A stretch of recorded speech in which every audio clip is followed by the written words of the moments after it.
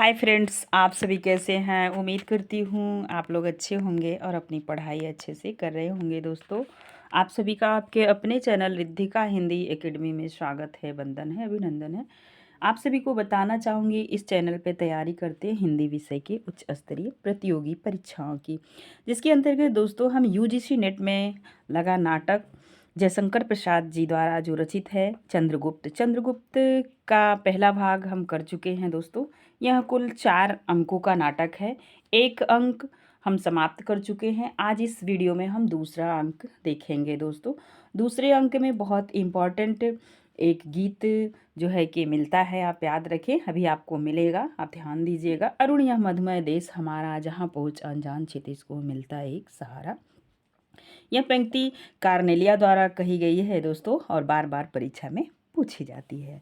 इसकी पात्र योजना, स्त्री पात्र और पुरुष पात्र सब पे हम बात कर चुके हैं। आपसे निवेदन है, यदि आप इस भाग को देख रहे हैं और आपने पहला नहीं देखा है तो प्लीज़ पहला आप देख के फिर इस पार्ट पे आएँ। दोस्तों, थोड़ा सा अंक पहला छूटा हुआ था, उसको कवर करते हुए हम चलेंगे द्वितीय अंक पे। आइए चलते हैं, देखने का कार्य करते हैं। कानन पथ में अलका, ये अलका का कथन है दोस्तों, आप ध्यान दीजिएगा, ठीक है। चलिए देखिए, एक मिनट। हाँ, कानन पथ में अलका, अलका चली जा रही है, अनंत पथ है, कहीं पांथशाला नहीं और ना तो पहुँचने का निर्दिष्ट स्थान। सैल पर से गिर सैल पर से गिरा दी गई स्रोत स्रोत स्विनी के सदृश अविराम भ्रमण, ठोकरे और तीर तिरस्कार, कानन में कहाँ चली जा रही है सामने देखकर, अरे यमन शिकारी के वेश में सेलुकस का प्रवेश। सेलुकस तुम कहाँ, सुंदरी सुंदरी सुंदरी, एक मिनट, सेलुकस का प्रवेश हो रहा है। सेलुकस तुम कहाँ, सुंदरी राजकुमारी अलका, मेरे देश हैं, मेरे पहाड़ हैं, मेरी नदियाँ हैं और मेरे जंगल हैं। इस भूमि के एक एक परमाणु मेरे हैं और मेरे शरीर के एक एक क्षुद्र अंश नहीं, परमाणुओं के बने हैं। फिर मैं और कहाँ जाऊंगी यवन। सेलुकस, कहाँ तो तुम अकेली हो सुंदरी अलका, सो तो ठीक है, परंतु देखो वह सिंह आ रहा है। सेलुकस उधर देखता है, अलका दूसरी ओर निकल जाती है। सेलुकस निकल गई। चाणक्य और चंद्रगुप्त का प्रवेश। चाणक्य, वत्स तुम बहुत थक गए होंगे। चंद्रगुप्त आर्य, नसों ने अपने बंधन ढीले कर दिए हैं, शरीर अवसन्न हो रहा है, प्यास भी लगी है। चाणक्य, और कुछ दूर ना चल सकोगे। चंद्रगुप्त, नहीं, आज्ञा हो, जैसी आज्ञा हो। चाणक्य, पास ही सिंधु लहराता होगा, उसके तट पर ही विश्राम करना ठीक होगा।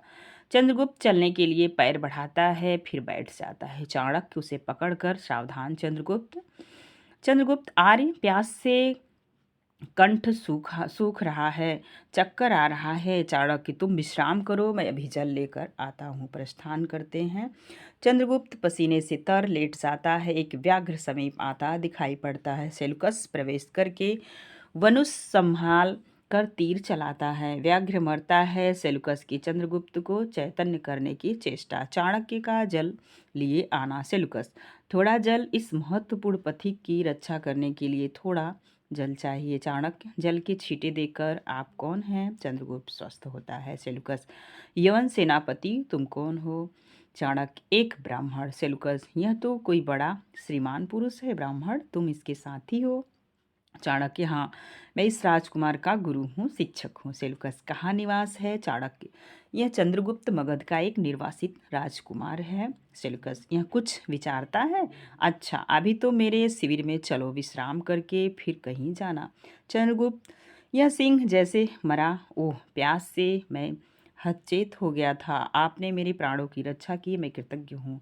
आज्ञा दीजिए, हम लोग फिर उपस्थित होंगे, निश्चय जानिए। सेलुकस, जब तुम अचेत पड़े थे तब यह तुम्हारे पास बैठा था, मैंने विपद समझकर इसे मार डाला। मैं यवन सेनापति हूँ। चंद्रगुप्त, धन्यवाद भारती, कृतज्ञ नहीं होते सेनापति, मैं आपका अनुग्रहित हूँ, अवश्य आपके पास आऊँगा। तीनों जाते हैं अलका का प्रवेश।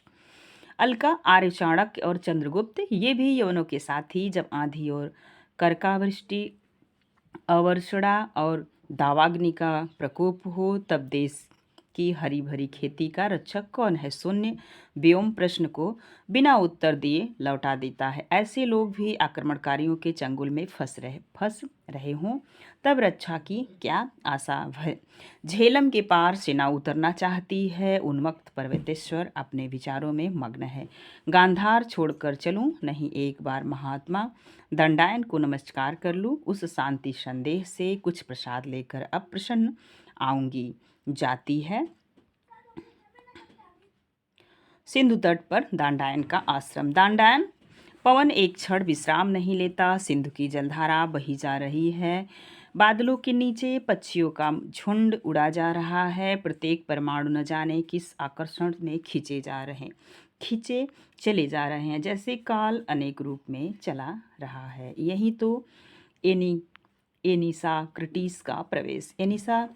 एनिसाक्रिटीस महात्मन दंडायन, चुप रहो, सब चले जा रहे हैं, तुम भी चले जाओ, अवकाश नहीं, अवसर नहीं। एनिसा आपसे कुछ, दंडायन मुझसे कुछ मत कहो, कहो तो अपने आप ही कहो, जिसे आवश्यकता होगी सुन लेगा। देखते हो कोई किसी की सुनता नहीं। मैं कहता हूँ सिंधु के एक बिंदु धारा में न बह कर मेरी बात सुनने के लिए ठहर जा। वह सुनता है, ठहरता है, कदापि नहीं। एनी क्रिटिज्म परंतु देवपुत्र ने, दंडायन देवपुत्र जगद्विजेता सिकंदर ने आपको स्मरण किया है। आपका यश सुनकर आपसे कुछ उपदेश ग्रहण करने की उनकी बलवती इच्छा है। दंडायन हंसकर, भूमि का सुख और उसकी महत्ता का जिसको आभा संपन्न हो जाता है, उसको ये नश्वर चमकीले प्रदर्शन नहीं अभिभूत कर सकते हैं। दूत वह किसी बलवान की इच्छा का क्रीड़ा कंदूक नहीं बन सकता। तुम्हारा राजा अभी झेलम भी नहीं पार कर सका, फिर भी जगत द्विजेता की उपाधि लेकर जगत को वंचित करता है। मैं लोभ से, सम्मान से या भय से किसी के पास नहीं जा सकता। एनी महात्मन, ऐसा क्यों? यदि न जाने पर देवपुत्र दंडायन, मेरी आवश्यकताएं महात्मा की विभूति प्रकृति की पूरी करती हैं।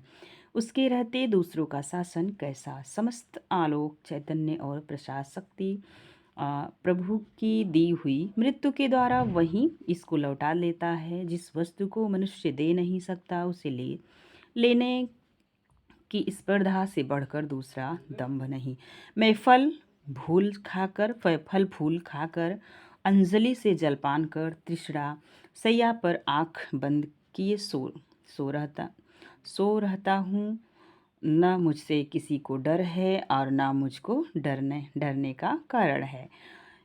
तुम यदि हठात मुझे ले जाना चाहो तो केवल मेरे शरीर को ले जा सकते हो। मेरी स्वतंत्र आत्मा पर तुम्हारा देवपुत्र का भी अधिकार नहीं हो सकता। यानी बड़े निर्भीक हो ब्राह्मण, जाता हूँ, यही कह दूंगा। एक ओर से अलका, दूसरी ओर से चाणक्य और चंद्रगुप्त का प्रवेश। सब वंदना करके सविनय बैठते हैं। अलका, देव, मैं गांधार छोड़कर जाती हूँ। दंडायन, क्यों? अलके, तुम गांधार की लक्ष्मी हो, ऐसा क्यों?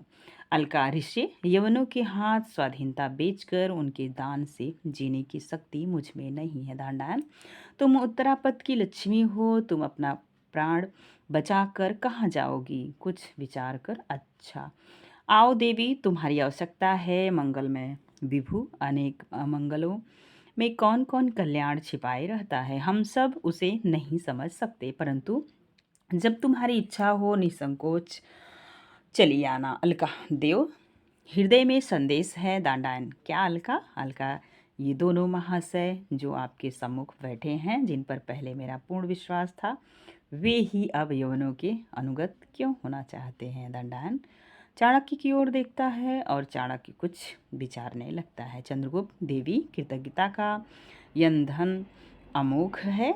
चाणक्य, राजकुमारी, उस परिस्थिति में आपने विचार नहीं किया, आपकी शंका निर्मूल है। दंडायन, संदेह ना करो अलका, कल्याणकृत को पूर्ण विश्वासी होना पड़ेगा। विश्वास सुफल देगा, दुर्गति नहीं। यवन सैनिक का प्रवेश। यवन देवपुत्र आपकी सेवा में आना चाहते हैं, क्या आज्ञा है?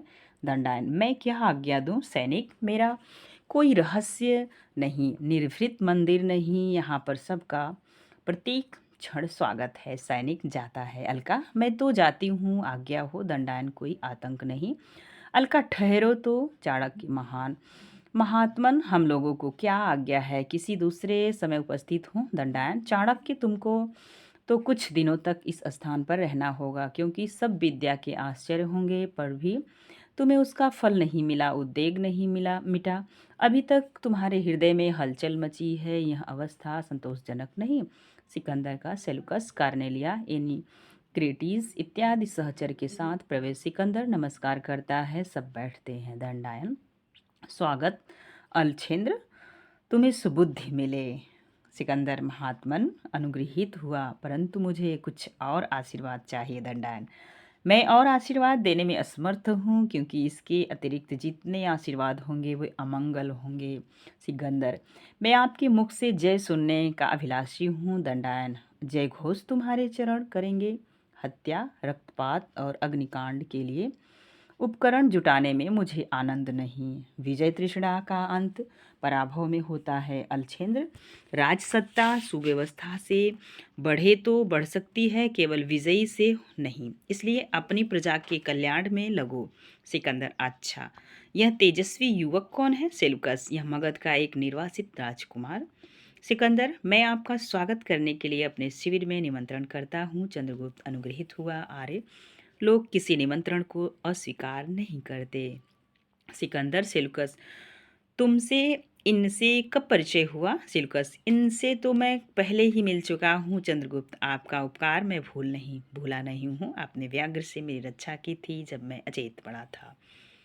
सिकंदर, अच्छा, तो आप लोग पूर्व परिचित भी हैं? तब तो सेनापति, इनके आतिथ्य का भार आप ही पर रहा। सेलुकस, जैसी आज्ञा। सिकंदर, महात्मन, लौटती बार आपका फिर दर्शन करूंगा, जब भारत विजय कर लूंगा। दंडायन, अलछेंद्र, सावधान, देखो यह भारत का भावी सम्राट तुम्हारे सामने बैठा है। सब स्तब्ध होकर चंद्रगुप्त को देखते हैं, और चंद्रगुप्त आश्चर्य से कार्नेलिया को देखने लगता है। एक दिव्य आलोक पटाक्षेप होता है। दोस्तों, यहाँ पे अंक 1 समाप्त होता है। अब आप पढ़ेंगे दूसरा अंक। उद्भांड में सिंधु के किनारे ग्रीक शिविर के पास वृक्ष के नीचे कार्नेलिया बैठी हुई है। कार्नेलिया, सिंधु का एक मनोहर तट जैसे मेरी आंखों के सामने एक नया चित्रपट उपस्थित कर रहा है। इस वातावरण से धीरे धीरे उठती हुई प्रशांत स्निग्धता जैसे हृदय में घुस रही है। लंबी यात्रा करके जैसे मैं वहीं पहुंच गई हूँ जहाँ के लिए चली थी। यह जितना निसर्ग सुंदर है, कितना रमणीय है। हाँ, आज वह भारतीय संगीत का पाठ देखूं, भूल तो नहीं होगी, गाती है। अरुण, यह मधुमय देश हमारा, जहाँ पहुँच अनजान क्षितिज को मिलता एक सहारा। सरस तामरस गर्भ विवाह पर नाच रही तरु शिखा मनोहर, छिटका जीवन हरियाली पर मंगल कुमकुम सारा।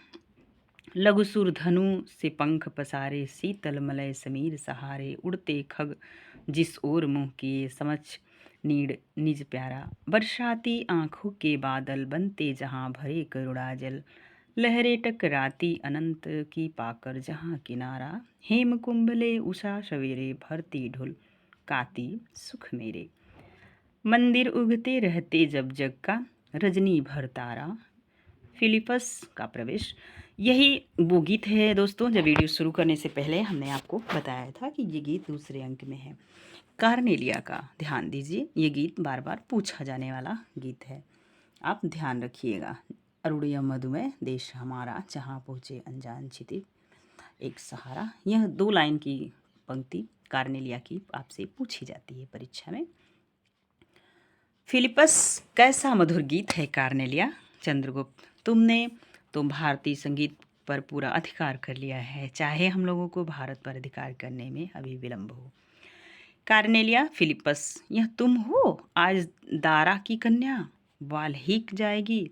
फिलिपिस, दारा की कन्या नहीं कुमारी, साम्राज्ञी कहो। कार्नेलिया, असंभव। फिलिप, ग्रीक लोग केवल देशों को विजय करके समझ लेते हैं कि लोगों के हृदय पर भी अधिकार कर लिया। वह देव कुमारी सी सुंदर बालिका सामग्री कहने पर तिल मिला जाती है। उसे यह विश्वास है कि वह एक महान साम्राज्य की लूट में मिली हुई दासी है, प्रणय परिणीत पत्नी नहीं। फिलीपींस कुमारी, प्रणय के सम्मुख क्या साम्राज्य तुच्छ है। कार्नेलिया, यदि प्रणय हो। फिलीपींस, प्रणय तो मेरा हृदय पहचानता है। कार्नेलिया हंसकर, ओहो, यह तो बड़ी विचित्र बात है। फिलीपींस कुमारी, क्या तुम मेरी प्रेम को हंसी उड़ाती हो। कार्नेलिया, नहीं सेनापति, तुम्हारा उत्कट प्रेम बड़ा भयानक होगा, उससे तो डरना चाहिए। फिलीपींस गंभीर होकर, मैं पूछने आया हूँ कि आगामी युद्धों से दूर रखने के लिए शिविर की सब स्त्रियां स्कंधावार में साम्राज्ञी के साथ जा रही हैं, क्या तुम भी चलोगी। कार्नेलिया, नहीं संभव, पिताजी को यहीं रहना होगा, इसलिए मेरे जाने की आवश्यकता नहीं। फिलीपींस कुमारी, न जाने फिर कब दर्शन होंगे, इसलिए एक बार इन कोमल करों से चूमने की आज्ञा दो। कार्नेलिया, तुम मेरा अपमान करने का साहस ना करो। फिलीपींस फिलीपींस प्राण देकर भी नहीं कुमारी, परंतु प्रेम अंधा है। कार्नेलिया, तुम अपने अंधेपन से दूसरे को ठुकराने का लाभ नहीं उठा सकते। फिलीपींस फिलीपींस फिलीपींस इधर उधर देखकर, यह नहीं हो सकता। कार्नेलिया का हाथ पकड़ना चाहता है, वह चिल्लाती है, रक्षा करो रक्षा करो। चंद्रगुप्त प्रवेश करके फिलीपींस को गर्दन पकड़कर दबाता है, वह गिर कर क्षमा मांगता है, चंद्रगुप्त छोड़ देता है। कार्नेलिया, धन्यवाद आर्यवीर। फिलीपींस लज्जित होकर, कुमारी, प्रार्थना करता हूँ कि इस घटना को भूल जाओ, क्षमा करो। कार्नेलिया, क्षमा तो कर दूंगी, परंतु भूल नहीं सकती। फिलीपींस, तुम अभी चले जाओ। फिलीपींस नतमस्तक जाता है। चंद्रगुप्त, चलिए आपको शिविर के भीतर पहुंचा दूं।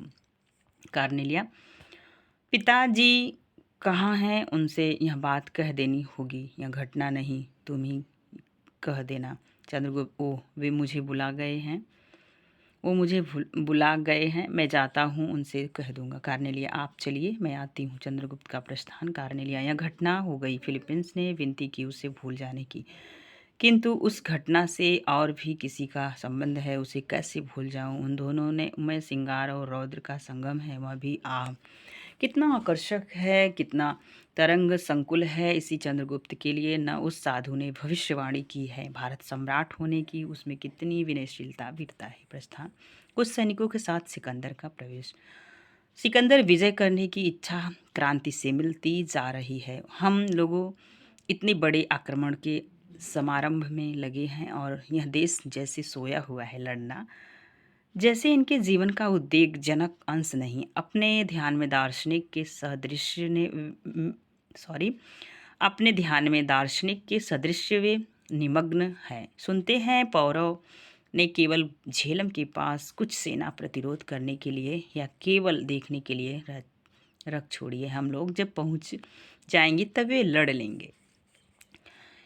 इन्हीं मुझे तो ये लोग आलसी मालूम पड़ते। सिकंदर, नहीं नहीं, यहाँ के दार्शनिक की परीक्षा तो तुम कर चुके हो, दंडायन को देखा ना, थोड़ा ठहरो, यहाँ के वीरों का भी परिचय मिल जाएगा, यह अद्भुत देश है।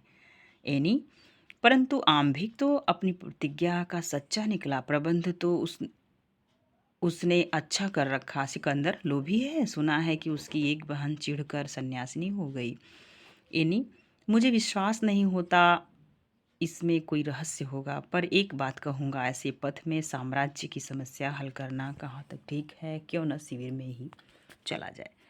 सिकंदर, एनी, साक्रेटिस, फिर तो पर्सी पोलिस का राजमहल छोड़ने की आवश्यकता न थी। यहाँ एकांत में मुझे कुछ ऐसी बातों पर विचार करना है जिस पर भारत अभिमान का भविष्य निर्भर है। मुझे उस नंगे ब्राह्मण की बातों से बड़ी आशंका हो रही है। भविष्य वाणियाँ प्रायः सत्य होती हैं। एक ओर से फिलीपींस आम्भिक, दूसरी ओर से सेल्यूकस और चंद्रगुप्त का प्रवेश। सिकंदर, कहो फिलीपींस, तुम्हें क्या करना है। फिलीपींस, आम्भिक से पूछ लिया जाए। आम्भिक, यहाँ एक षड्यंत्र चल रहा है। फिलीपींस, और उसके सहायक सेल्यूकस है। सेल्यूकस, क्रोध और आश्चर्य से, इतनी नीचता, अभी उस लज्जाजनक अपराध का प्रकट करना बाकी ही रहा, उल्टा अभियोग प्रमाणित करना होगा। फिलीपींस, नहीं तो खड़क इसका न्याय करेगा। सिकंदर, उत्तेजित न हो। सेल्यूकस, फिलीपींस, तलवार तो कभी का न्याय कर देती, परंतु देवपुत्र का भी जान लेना आवश्यक था, नहीं तो ऐसे निर्लज्ज विद्रोही की हत्या करना भी पाप नहीं पुण्य है। सेल्यूकस तलवार खींचता है। सिकंदर तलवार खींचने से अच्छा होता कि तुम अभियोग से निर्मूल प्रमाणित करने की चेष्टा करते। बतलाओ तुमने चंद्रगुप्त के लिए अब क्या सोचा। सेल्यूकस चंद्रगुप्त ने अभी अभी कार्नेलिया को इस नीच फिलिपिस के हाथ से अपमानित होने से बचाया और मैं स्वयं यह अभियोग आपके सामने उपस्थित करने वाला था सिकंदर, परंतु साहस नहीं हुआ। क्यों सेल्यूकस फिलिपींस? क्यों साहस होता? इनकी कन्या दंडायन के आश्रम पर भारतीय दर्शन पढ़ने जाती है, भारतीय संगीत सीखती है। वहीं पर विद्रोहकारिणी अलका भी आती है और चंद्रगुप्त के लिए यह जनरव फैलाया गया है कि यही भारत का भावी सम्राट होगा। सिल्कस रोक, अपनी आबाद गति से चलने वाली जीभ रोक। सिकंदर ठहरो सिल्कस, तुम अपने को विचाराधीन समझो। हाँ तो चंद्रगुप्त, मुझे तुमसे कुछ पूछना है। चंद्रगुप्त क्या? सिकंदर, सुना है कि मगध का वर्तमान शासक एक नीच जन्मा जारस संतान है, उसकी प्रजा असंतुष्ट है और तुम उस राज्य को हस्तगत करने का प्रयत्न कर रहे हो। चंद्रगुप्त, हस्तगत नहीं, उसका शासन बड़ा क्रूर हो गया है। मैं मगध का उद्धार करना चाहता हूँ सिकंदर, और उस ब्राह्मण के कहने पर अपने सम्राट होने का तुम्हें विश्वास हो गया होगा, जो परिस्थिति देखते हुए असंभव भी नहीं जान पड़ता। चंद्रगुप्त, असंभव क्यों नहीं? सिकंदर, हमारी सेना इसमें सहायता करेगी, फिर भी असंभव है। चंद्रगुप्त, मुझे आपसे सहायता नहीं लेनी है। सिकंदर क्रोध से, फिर इतने दिनों तो ग्रीक शिविर में रहने का तुम्हारा उद्देश्य? चंद्रगुप्त, एक सादर निमंत्रण और सेल्यूकस ने उपकृत होने के कारण उनके अनुरोध की रक्षा, परंतु मैं यवनों को अपना शासक बनने का आमंत्रित करने नहीं आया हूँ। चंद्रगुप्त, सिकंदर, परंतु इन्हीं यवनों के द्वारा भारत को आज तक कभी भी आक्रांत नहीं हुआ, विजित किया जाएगा। चंद्रगुप्त, यह भविष्य है, गर्भ में है, इसके लिए अभी से इतनी उछल कूद मचाने की आवश्यकता नहीं। सिकंदर, अबोध युवक, तुम गुप्तचर है? तू गुप्तचर है? चंद्रगुप्त, नहीं, कदापि नहीं। अवश्य ही यहाँ रहकर यवन रणनीति से मैं कुछ परिचित हो गया। मुझे लोभ से पराभूत गांधार राज आंभिक मुझने समझने की भूल ना होनी चाहिए। मैं मगध का उद्धार करना चाहता हूँ, परंतु यवन लुटेरों की सहायता से नहीं। सिकंदर, तुमको अपनी विपत्तियों से डर नहीं? ग्रीक लुटेरे हैं। चंद्रगुप्त, क्या यह झूठ है? लूट से लोभ से हत्या, व्यवसायियों को एकत्र करके उन्हें वीर सेना कहना, रणकला का उपहास करना। सिकंदर, आश्चर्य और क्रोध से। सेल्यूकस, चंद्रगुप्त, सेल्यूकस नहीं, चंद्रगुप्त के कहने की बात चंद्रगुप्त से कहनी चाहिए। आंभिक, शिष्टता से बात करो। चंद्रगुप्त, स्वच्छ हृदय भीरु कायरों की सी वंचन शिष्टता नहीं जानता। अनार्य देशद्रोही आंभिक। चंद्रगुप्त रोटियों की लालच से या घृणाजनक लोभ से सिकंदर के पास नहीं आया। सिकंदर, बंदी कर लो इसे। आंभिक, फिलीपींस एनिसाक्रिटीज टूट पड़ते हैं। चंद्रगुप्त असाधारण वीरता से तीनों को घायल करता हुआ निकल जाता है। सिकंदर, सेल्यूकस सम्राट। सिकंदर, यह क्या? सेल्यूकस, आपका अविवेक। चंद्रगुप्त एक वीर युवक है, यहाँ आचरण उसकी भावी श्री और पूर्ण मनुष्यता द्योतक है। सम्राट, हम लोग जिस काम से आए हैं उसे करना चाहिए। फिलिपिस को अंतःपुर की महिलाओं के साथ वाल्हीक जाने दीजिए। सिकंदर, अच्छा, जाओ। प्रस्थान। झेलम तट का वनपथ। चाणक्य, चंद्रगुप्त और अलका का प्रवेश। अलका, आर्य, अब हम लोग का क्या कर्तव्य है? चाणक्य, पलायन। चंद्रगुप्त, व्यंग न कीजिए गुरुदेव। चाणक्य, दूसरा उपाय क्या है? अलका, है क्यों नहीं? चाणक्य, हो सकता है। दूसरी ओर देखने लगता है। चंद्रगुप्त, देवगुरु, गुरुदेव। चाणक्य, परिव्राजक होने की इच्छा है क्या?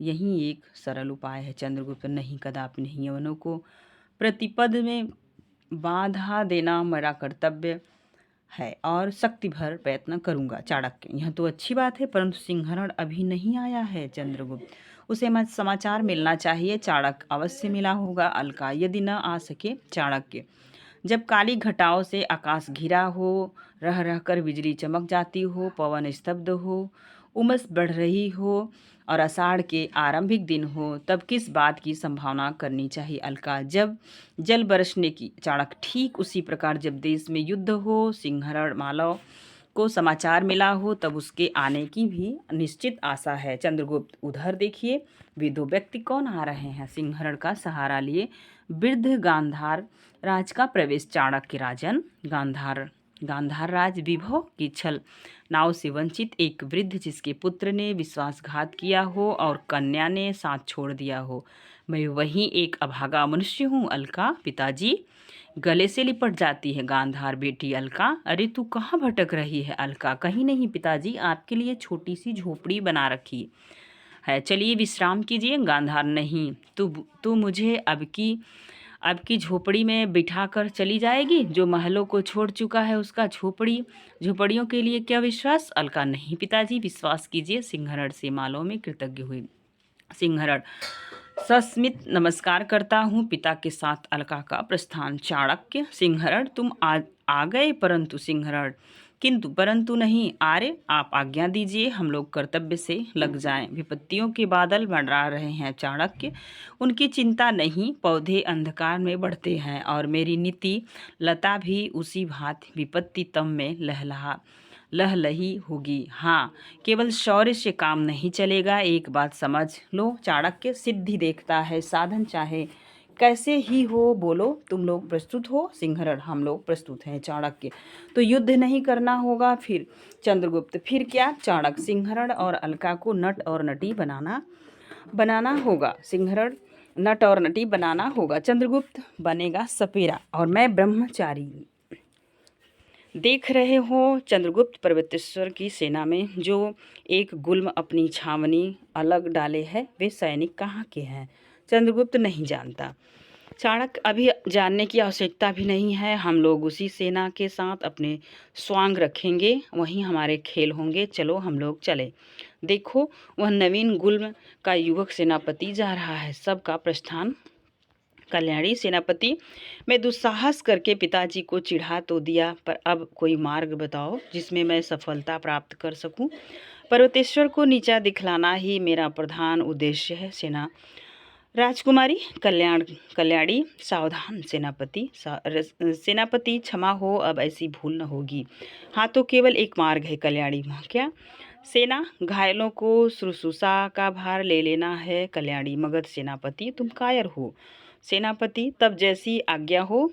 स्त्री की अधीनता वैसी ही बुरी होती है। 30 पर युद्ध क्षेत्र में भगवान ही बचावे। कल्याणी, मेरी इच्छा है कि जब पर्वतेश्वर यवन सेना द्वारा चारों ओर से घिर जाए, उस समय उसका उद्धार करके अपना मनोरथ पूर्ण करूं। सेना, बात तो अच्छी है कल्याणी, और तब हम लोग की रक्षित सेना रुक कर देखते हुए, यह लो पर्वतेश्वर इधर ही आ रहा है। पर्वतेश्वर का युद्ध वेश में प्रवेश। पर्वतेश्वर, वह किस जुल्म का शिविर है।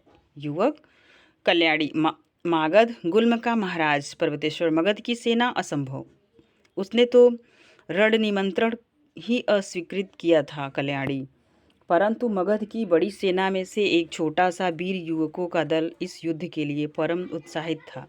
स्वेच्छा से उसने इस युद्ध में योग दिया। पर्वतेश्वर, प्राच्य मनुष्यों में भी इतना उत्साह। हंसता है कल्याणी, महाराज, उत्साह का निवास किसी विशेष दिशा में नहीं। पर्वतेश्वर हंसकर, प्रगल्भ हो। युवक, परंतु रण जब नाचने लगता है तब भी यदि तुम्हारा उत्साह बना रहे तो मानूंगा। हाँ, तुम बड़े सुंदर सुकुमार युवक हो, इसलिए साहस न कर बैठना। तुम मेरी रक्षित सेना के साथ रहो तो अच्छा है, समझना। कल्याणी, जैसी आज्ञा। चंद्रगुप्त, सिंहरण और अलका का वेश बदलते हुए प्रवेश। सिंहरण, खेल देख लो, खेल, ऐसा खेल जो कभी न देखा हो न सुना हो। पर्वतेश्वर, नट, इस समय खेल देखने का अवकाश नहीं। अलका, क्या युद्ध के पहले ही घबरा गए। सेनापति, वह भी तो वीरों का ही खेल ही। पर्वतेश्वर, बड़ी ढीठ हो। चंद्रगुप्त, न हो तो नागों का ही दर्शन कर लो। कल्याणी, बड़ा कौतुक है महाराज, इन नागों को ये लोग किस प्रकार वश में कर लेते हैं। चंद्रगुप्त, महाराज है तब तो अवश्य पुरस्कार मिलेगा। सपेरों की सी चेष्टा करता है, पिटारी खोलकर सांप निकालता है। कल्याणी, आश्चर्य है, मनुष्य ऐसे कुटिल वेशधारों को भी वश कर सकता है, परंतु मनुष्य को नहीं।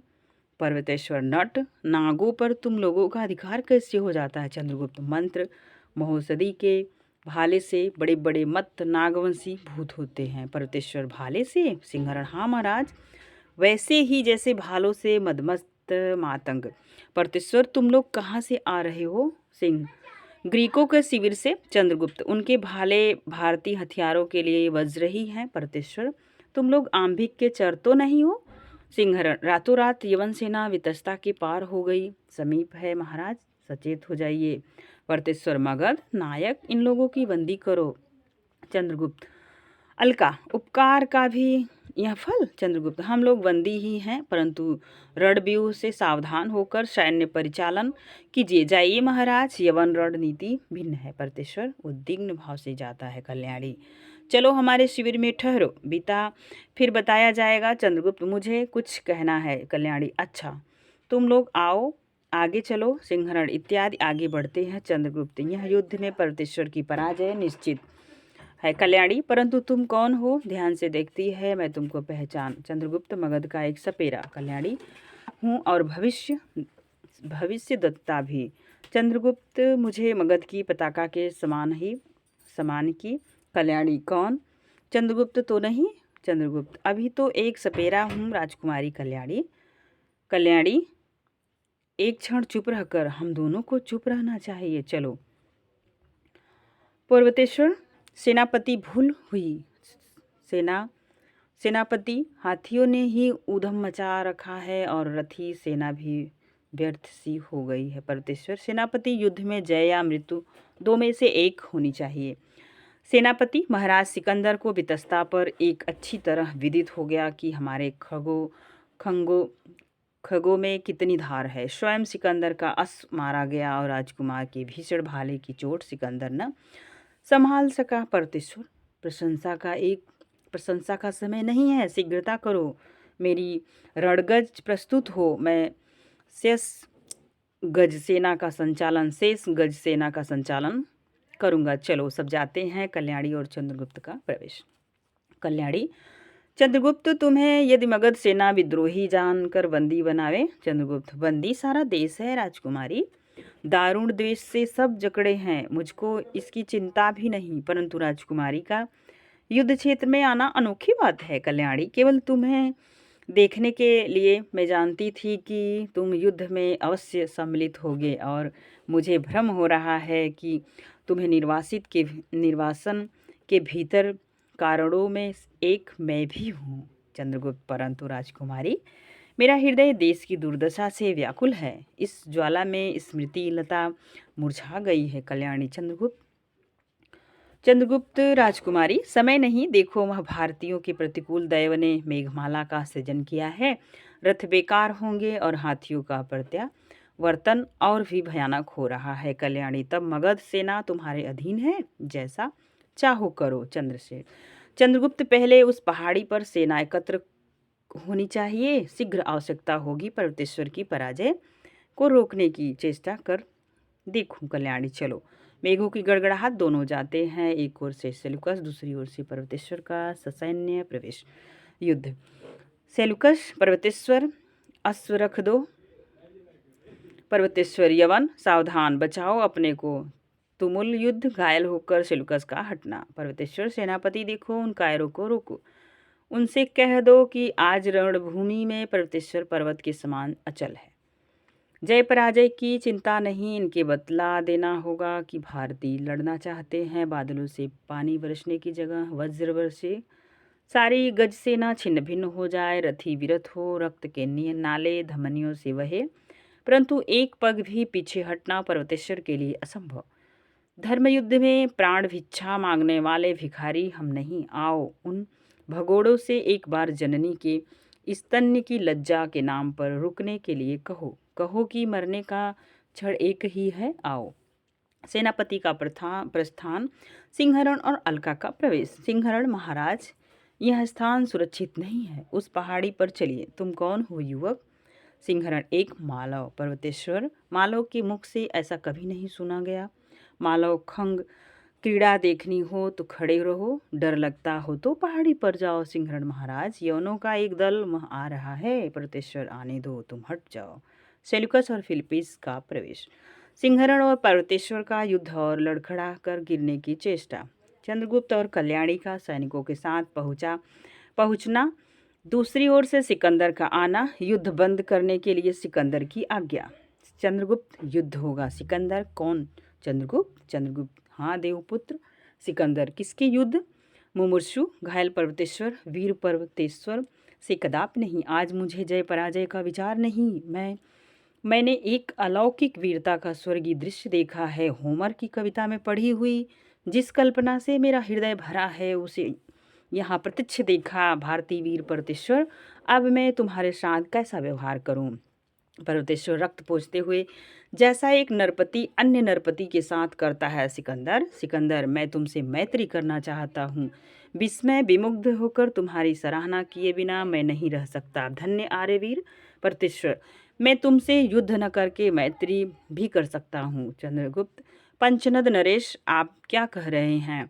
क्या कर रहे हैं? समस्त मगध सेना आपकी प्रतीक्षा में है, युद्ध होने दीजिए। कल्याणी, इन थोड़े से अर्धजीव यवनों को विचलित करने के लिए पर्याप्त मगध सेना है महाराज, आज्ञा दीजिए। पर्वतेश्वर, नहीं। युवक वीरता पर्वतेश्वर, नहीं। युवक वीरता भी एक सुंदर कला है, जब पर मुग्ध होना आश्चर्य की बात नहीं। मैंने वचन दे दिया, अब सिकंदर चाहे हटे।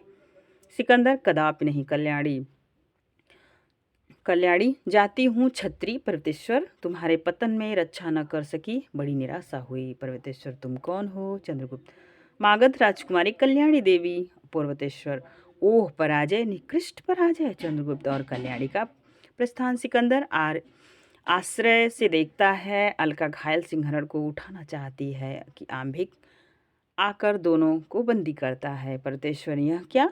आंभिक, इनको अभी बंदी बना रखना आवश्यक है। पर्वतेश्वर, तो ये लोग मेरे यहाँ रहेंगे? सिकंदर, पंचनद नरेश की जैसी इच्छा हो। मालव में सिंहरण का उद्यान का एक अंश। मालविका प्रवेश करके फूल हंसते हुए आते हैं, फिर मकरंद गिराकर मुरझा जाते हैं, आंसू से धरड़ी को भिगो कर चले जाते हैं। एक स्निग्ध समीर का झोंका आता है, निश्वास फेंक कर चला जाता है। क्या पृथ्वी तल रोने ही के लिए है? नहीं, सबके लिए एक ही नियम तो नहीं, कोई रोने के लिए है तो कोई हंसने के लिए। आजकल तो छुट्टी सी है, परंतु एक विचित्र विदेशियों का दल यहाँ ठहरा है। उनमें से एक को तो देखते ही डर लगता है। लो देखो, वह युवक आ गया। सिर झुकाकर फूल संवारने लगती है, इंद्रजालिक के वेश में। चंद्रगुप्त का प्रवेश। चंद्रगुप्त, मालविका, मालविका, क्या आज्ञा है? चंद्रगुप्त, तुम्हारे नाग केसर की क्यारी कैसी है? मालविका, हरी भरी।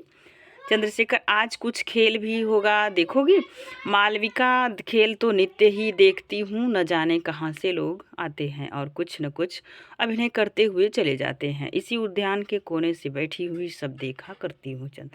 चंद्रगुप्त, मालविका, तुमको कुछ गाना आता है? मालविका, आता तो है, परंतु। चंद्रगुप्त, परंतु क्या?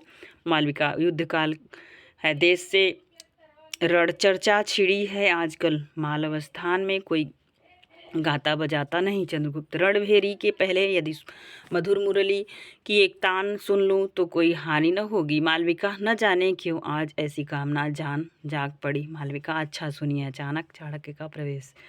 चाणक्य, छोकरियों से बात करने का समय नहीं है मौर्य। चंद्रगुप्त, नहीं गुरुदेव, मैं आज ही बिपाशा के तट से आया हूँ, यवन शिविर भी घूमकर देख आया हूँ। चाणक्य, क्या देखा?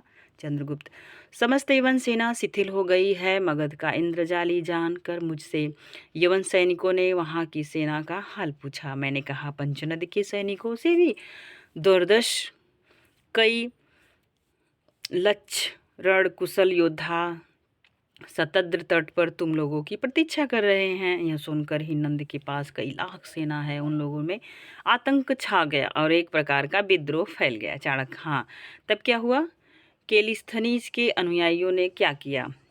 चंद्रगुप्त। उनकी उत्तेजना से सैनिकों ने बिपाशा को पार करना अस्वीकार कर दिया और यवन देश लौट चलने के लिए आग्रह करने लगे। सिकंदर के बहुत अनुरोध करने पर भी वे युद्ध के लिए सहमत नहीं हुए, इसलिए रावी के जलमार्ग से लौटने का निश्चय हुआ। अब उनकी इच्छा युद्ध की नहीं है। चाणक्य और क्षुद्रकों का क्या समाचार है चंद्रगुप्त? वे भी प्रस्तुत हैं। मेरी इच्छा है कि इन जगद्विजेता को ढोंग करने वाले को एक पाठ पराजय का भी पढ़ा दिया जाए, परंतु यह समय यहाँ सिंहरण का होना अत्यंत आवश्यक है। चाणक्य अच्छा, देखा जाएगा। संभवतः स्कंधावर में मालवों की युद्ध परिषद होगी। अत्यंत सावधानी से काम करना होगा। मालवों को मिलाने का पूरा प्रयत्न तो हमने कर लिया है। चंद्रगुप्त चलिए, मैं अभी आया। चाणक्य का प्रस्थान। मालविका, यह खेल तो बड़ा भयानक होगा। मागध। चंद्रगुप्त कुछ चिंता नहीं, अभी कल्याणी नहीं आई। एक सैनिक का प्रवेश। चंद्रगुप्त क्या है? सैनिक सेनापति। मगध सेना के लिए क्या आज्ञा है? चंद्रगुप्त बिपाशा और शतद्रु के बीच जहाँ अत्यंत संकीर्ण भूभाग है वहीं अपनी सेना रखो। स्मरण रखना कि बिपाशा पार करने पर मगध का साम्राज्य ध्वंस करना यवनों के लिए बड़ा साधारण काम हो जाएगा। सिकंदर की सेना के सामने इतना विराट प्रदर्शन होना चाहिए कि वे भयभीत हो।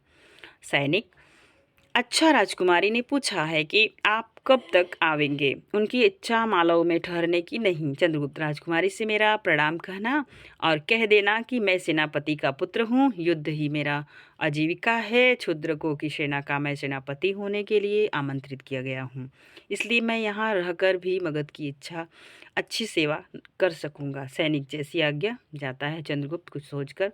सैनिक फिर लौट आता है। सैनिक क्या आज्ञा है? चंद्रगुप्त राजकुमारी से कह देना कि मगध जाने की उत्कट इच्छा होने पर भी वे सेना साथ न ले आए। सैनिक उसका उत्तर भी लेकर आना होगा। चंद्रगुप्त नहीं। सैनिक का प्रस्थान। मालविका, मालव में बहुत सी बातें मेरे देश से विपरीत हैं। इनकी युद्ध पिपासा बलवती है। फिर युद्ध।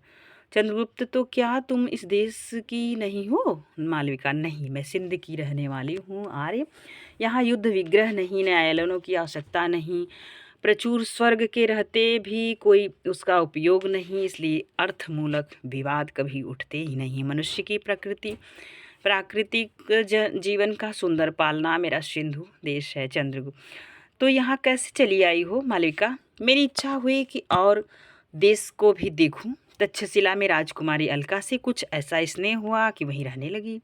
उन्होंने मुझे घायल सिंहरण के साथ यहाँ भेज दिया।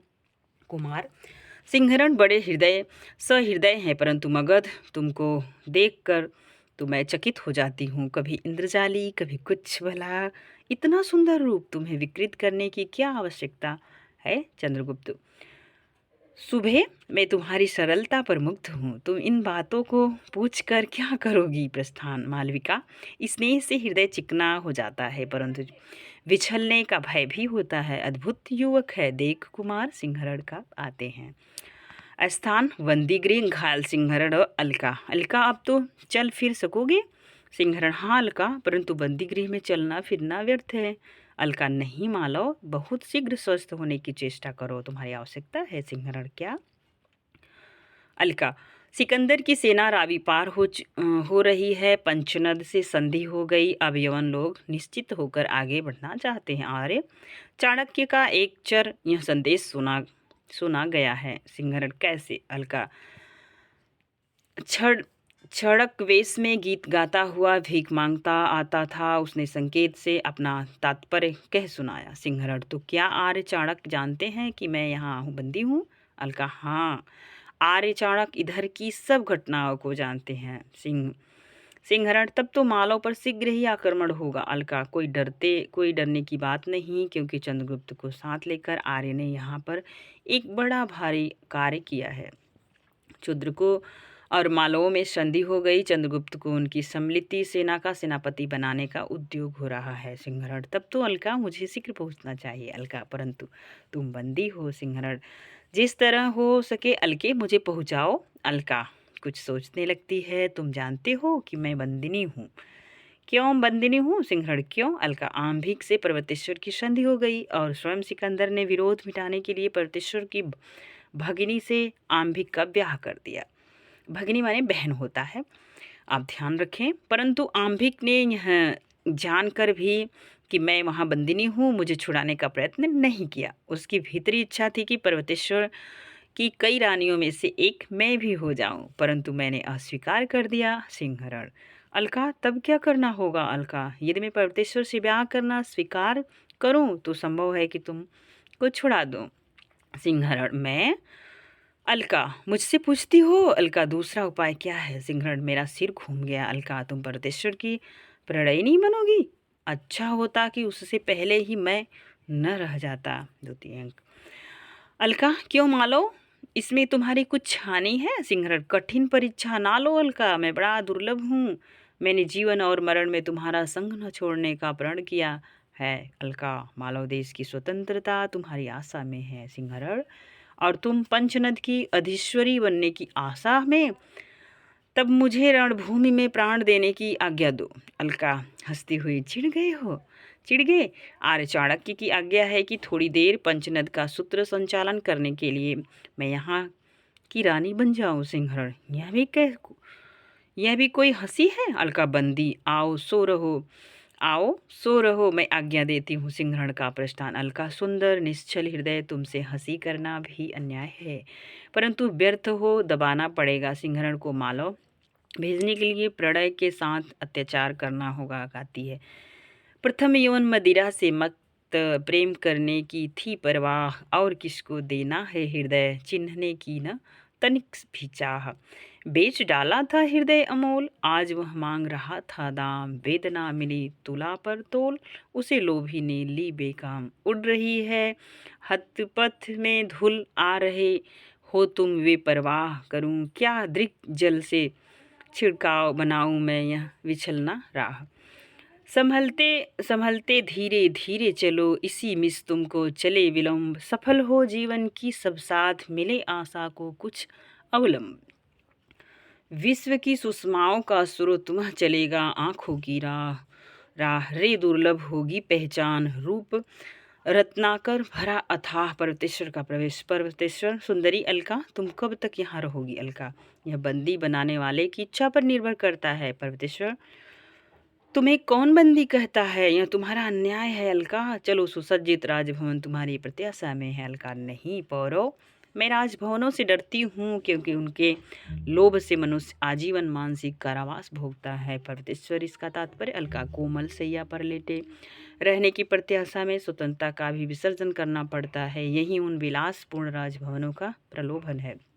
पर्वतेश्वर: व्यंग ना करो अलका, पर्वतेश्वर ने जो कुछ किया है वह भारत का एक एक बच्चा जानता है, परंतु दैव प्रतिकूल हो तब क्या किया जाए? अलका: मैं जानती हूँ, परंतु आपकी आज्ञा से आपकी आत्मा से इसे मानने के लिए प्रस्तुत न होगी। हम लोग को आपके लिए, देश के लिए प्राण देने की प्रस्तुत थे, केवल यवनों को प्रसन्न करने के लिए बंदी किए गए।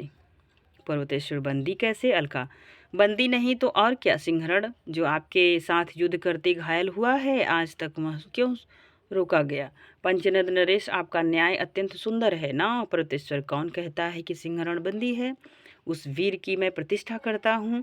अलका: परंतु उससे द्वंद्व युद्ध किया चाहता हूँ। अलका: क्यों? पर्वतेश्वर: क्योंकि अलका के दो प्रेमी नहीं जी सकते। अलका: महाराज, यदि भूपालों का सा व्यवहार न मानकर आप सिकंदर से द्वंद्व युद्ध मांगते तो अलका को विचार करने का अवसर मिलता। पर्वतेश्वर: यदि मैं सिकंदर का विपक्षी बन जाऊं तो तुम मुझे प्यार करोगी अलका? सच कहो।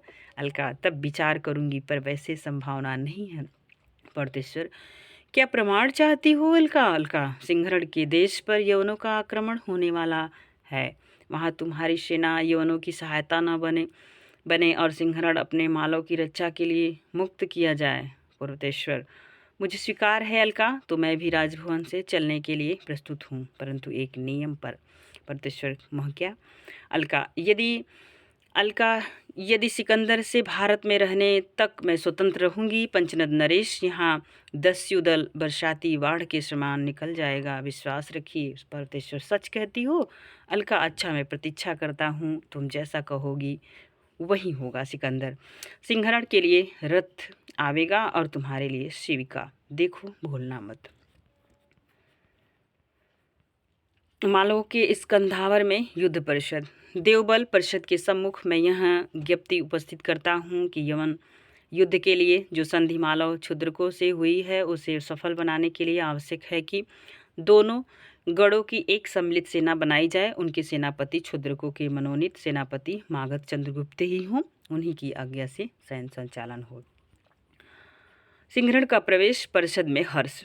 सब कुमार सिंहरण की जय। नागदत्त मगध का एक साम्राज्य है। छिल लिच्छविनी और वृषि गणतंत्र को कुचलने वाले मगध का निवासी हमारी सेना का संचालन करे, यह अन्याय है, मैं इसका विरोध करता हूँ। सिंहरण, मैं मालव सेना का बलाधिकृत हूँ, मुझे सेना का अधिकार परिषद ने प्रदान किया है और साथ ही मैं संधि विग्रही का कार्य भी करता हूँ। पंचनद की परिस्थिति मैं स्वयं दिखाया हूँ और मागध चंद्रगुप्त को भी भली भांति जानता हूँ। मैं चंद्रगुप्त के आदेशानुसार युद्ध चलाने के लिए सहमत हूँ। और भी मेरी एक प्रार्थना है, उत्तरापद के विशिष्ट राजनीतिक आर्य चाणक्य के गंभीर राजनीतिक विचार सुनने पर आप लोग अपना कर्तव्य निश्चित करें। गणमुख्य आर्य चाणक्य व्यासपीठ पर आवें। चाणक्य व्यासपीठ में उत्तरापद के प्रमुख गणतंत्र मालव राष्ट्र को परिषद का मैं अनुग्रहित हूँ कि ऐसे गंभीर अवसर पर मुझे कुछ कहने के लिए उसने आमंत्रित किया। गणतंत्र और एक तंत्र, एक राज्य का प्रश्न यहाँ नहीं, क्योंकि लिच्छवी वृजियों का अपकार करने आया मगध का एक राज्य शीघ्र ही गणतंत्र में परिवर्तित होने वाला है। युद्धकाल में एक नायक की आज्ञा माननी पड़ती है। वहाँ साला का ग्रहण करके शस्त्र प्रहार करना असंभव है। अतएव सेना का एक नायक तो होना ही चाहिए और यहाँ की परिस्थितियों में चंद्रगुप्त से बढ़कर इस कार्य के लिए दूसरा व्यक्ति न होगा। वितस्ता प्रदेश के अधीश्वर पर्व तेश्वर के यवनों से संधि करने पर भी चंद्रगुप्त ही के उद्योग का यह फल है कि प्रतेश्वर की सेना यवन सहायता को न आवेगी। उसी के प्रयत्न से यवन सेना में विद्रोह भी हो गया है, जिससे उसका आगे बढ़ना असंभव हो गया है। परंतु सिकंदर की कूटनीति प्रत्यावर्त से भी विजय चाहती है। वह अपनी विद्रोही सेना को स्थल मार्ग से लौटने की आज्ञा देकर नौबल के द्वारा स्वयं सिंधु संगम तक के प्रदेश विजय करना चाहती है। उससे मालवों का नाश निश्चित है। अतएव सेनापतित्व के लिए आप लोग चंद्रगुप्त को वरण करें तो क्षुद्रकों का सहयोग भी आप लोगों को मिलेगा। चंद्रगुप्त को उन लोगों ने भी सेनापति बनाया है। नाग, ऐसा नहीं हो सकता। चाणक्य प्रबल प्रतिरोध करने के लिए दोनों सैन्य में एकाधिपत्य होना आवश्यक है। साथ ही क्षुद्रकों की संधि की मर्यादा भी रखनी चाहिए। प्रश्न शासन का नहीं, युद्ध का है। युद्ध में सम्मिलित होने वाले वीरों को एकनिष्ठ होना ही लाभदायक है। फिर तो मालव और क्षुद्रक दोनों ही स्वतंत्र संघ है और रहेंगे। संभवतः उसमें प्राच्यों का एक गणराज्य आगामी दिनों में और भी आ मिलेगा। नाग समझ गया, चंद्रगुप्त को ही सम्मिलित सेना का सेनापति बनाना श्रेष्ठकर होगा। सिंहरण, अन्य पात्र और भैषज सेवा करने वाली स्त्रियों ने मालविका को अपना प्रधान बनाने की प्रार्थना की। गणमुख्य यह उन लोगों की इच्छा पर है। अस्तु, महाबलाधिकृत पद के लिए चंद्रगुप्त को वरण करने की आज्ञा परिषद देती है। प्रतेश्वर का प्रसाद। अलका, सिंहरण मेरी आशा देख रहा होगा और मैं यहाँ पड़ी हूँ। आज इसका कुछ निपटारा करना होगा। अब अधिक नहीं। आकाश की ओर देखकर तारों से भरी हुई काली रजनी का नीला आकाश जैसे कोई विराट गणितज्ञ निभृत से रेखा गणित की समस्या सिद्ध करने के लिए बिंदु देख रहा हो। प्रतेश्वर का प्रवेश। प्रतेश्वर, अलका बड़ी दुविधा है। अलका, क्यों पौरव? प्रतेश्वर, मैं तुमसे प्रतिश्रुत हो चुका हूँ कि मालव युद्ध में मैं भाग न लूँगा, परंतु सिकंदर का दूत आया है कि 8 सहस्त्र अश्वारोही लेकर रावी तट पर मिलो। साथ ही पता चला कि कुछ यवन सेना अपने देश को लौट रही है। अलका, हाँ, कहते चलो। प्रतेश्वर, तुम क्या कहती हो? अलका, मैं सुनना चाहती हूँ। प्रतेश्वर, बतलाओ, मैं क्या करूँ? अलका, जो अच्छा समझो, मुझे देखने दो। ऐसी सुंदर वेड़ी, फूलों से गुथी हुई श्याम रजनी की सुंदर वेड़ी कहाँ? आहा। प्रतेश्वर, क्या कह रही हो? अलका, गाने की इच्छा होती है, सुनोगे? हाँ, गाती है। कौन गाता है? ध्यान दीजिएगा। अलका गाती है। बिखरी किरक अलग व्याकुल हो, विरस वदन पर चिंता लेख, छाया पथ में राह देखती गिनती प्रलय अवधि की रेख। प्रियतम के आगमन पंथ में उड़ न रही है कोमल धूल, कादम्बिनी उठी यहाँ ढकने वाली दूर जलध के कूल। समय विहग के कृष्णा पक्ष में रजत चित्र सी अंकित कौन, तुम हो सुंदरी तरल तारिके बोलो कुछ बैठो मत मौन। मंदाकिनी समीप भरी फिर प्यासी आंखें क्यों नादान, रूप निशा की ऊषा में फिर कौन सुनेगा तेरा गान। पर्वतेश्वर अलका, मैं पागल होता जा रहा हूँ या तुमने क्या कह दिया। अलका, मैं तो गा रही हूँ। पर्वतेश्वर, परिहास ना करो, बताओ मैं क्या करूँ। अलका, यदि सिकंदर के रण निमंत्रण में तुम न जाओगे तो तुम्हारा राज्य चला जाएगा। पर्वतेश्वर, बड़ी विडंबना है। अलका, पराधीनता से बढ़कर विडंबना और क्या है। अब समझ गए होंगे कि वह संधि नहीं, पराधीनता ही स्वीकृत थी। पर्वतेश्वर, मैं समझता हूँ कि 1000 अश्वरोहियों को साथ लेकर वहाँ पहुँच जाऊँ, फिर कोई वहाना ढूंढ निकालूंगा। अलका, मैं चलूँ, निकल भागने का ऐसा अवसर दूसरा ना मिलेगा। अच्छी बात है, परंतु मैं भी साथ चलूंगी, मैं यहाँ अकेली क्या करूंगी। पर्वतेश्वर चलना, पर्वतेश्वर का प्रस्थान। रावी के तट पर सैनिकों के साथ मालविका और चंद्रगुप्त, नदी में दूर पर कुछ नावें। मालविका, मुझे शीघ्र उतर दीजिए। चंद्रगुप्त, जैसा उचित समझो, तुम्हारी आवश्यक सामग्री तुम्हारे अधीन हो रहेगी। सिंहरण को कहाँ छोड़ा।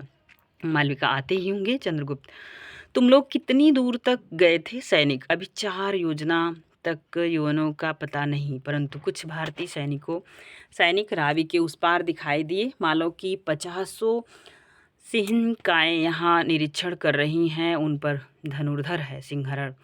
वह पर्वतेश्वर की सेना होगी, किंतु मगध आश्चर्य है। चंद्रगुप्त, आश्चर्य कुछ नहीं। सिंहरण, क्षुद्रकों के केवल कुछ ही गुल्म आए हैं और तो ...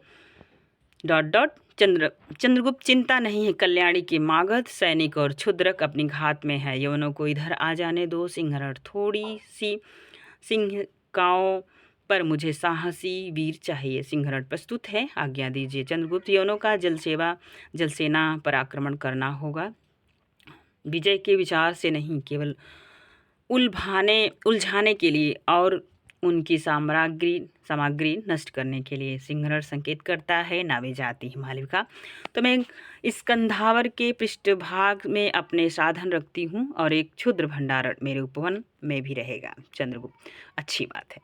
एक नाव तेजी से जाती है, उस पर से अलका उतर पड़ती है। सिंहरण, तुम कैसे। अलका, पर्वतेश्वर ने प्रतिज्ञा भंग की है, वह सैनिकों के साथ सिकंदर की सहायता के लिए आया है।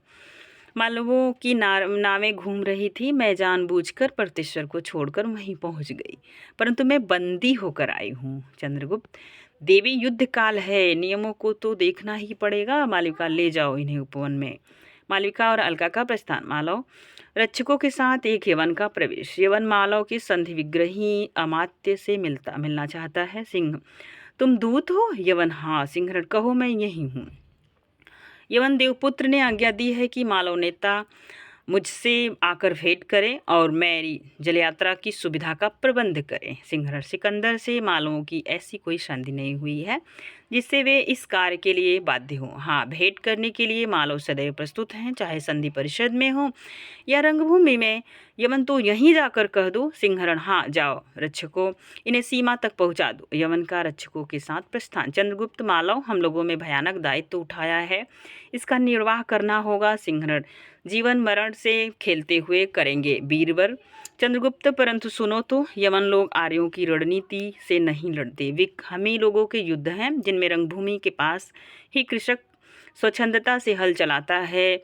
यवन आतंक फैलाना जानते हैं और उसे अपनी रणनीति का प्रधान अंग मानते हैं। निरीह साधारण प्रजा को लूटना, गांव को जलाना उनके भीषण परंतु साधारण कार्य हैं। सिंहरण, युद्ध सीमा के पास के लोगों को भिन्न दुर्गों में एकत्र होने की आज्ञा प्रचारित हो गई है, जो होगा देखा जाएगा। चंद्रगुप्त, एक बात सदैव ध्यान में रखनी होगी। सिंहरण, क्या।